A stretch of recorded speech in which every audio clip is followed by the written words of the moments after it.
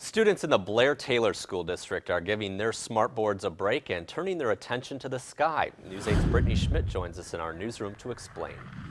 Mike, this is the 5th year in a row that students at Blair-Taylor Elementary School have participated in the Eagles for Kids program.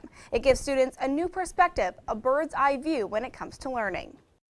All right, would you please put your books on top of your desk? Mr. Briggs' 3rd grade class spends most of their day in a classroom. Where is that information going to be written first? Just like any other class, they're listening, reading, and working on assignments.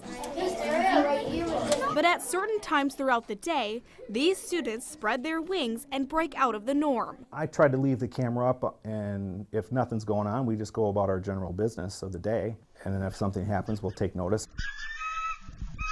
Mr. Briggs and his students are monitoring a pair of eagles named Blair and Taylor, using 2 cameras that have been set up on the nest. We expect, if we're lucky, to get eggs at the end of the month, beginning of March. Until then, the students are taking full advantage of their bird's eye view of the nest. I like seeing the eagles. They're bringing like grass and sticks in or perching on the branch or just sitting there. Our eagles are really talented. She lands in it with the stick and she holds it in one toe, and she lands on the branch on 1 foot. Mr. Briggs says it takes learning to new heights. Well, it's our kind of window to the outside world. They're excited, especially when things are happening in the nest and things are busy. They're, of course, going to be more interested. And if it's more interesting, Mr. Briggs says the students are more likely to remember. They can turn their head around almost about to here. For an egg to hatch, it takes about 35 to 37 days. Which makes the learning that much more impactful.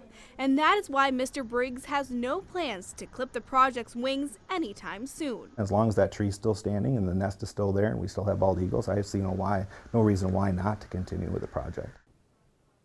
Mr. Briggs tries to include the eagles into everyday learning, whether it is math or writing. And this year he's working with the Wisconsin DNR and the National Eagle Center to include more environmental presentations. Thanks a lot, Brittany. And if you would like to check out the Eagle's Nest for yourself, you can find a link to the 24/7 live stream on our website. Just head to news8000.com.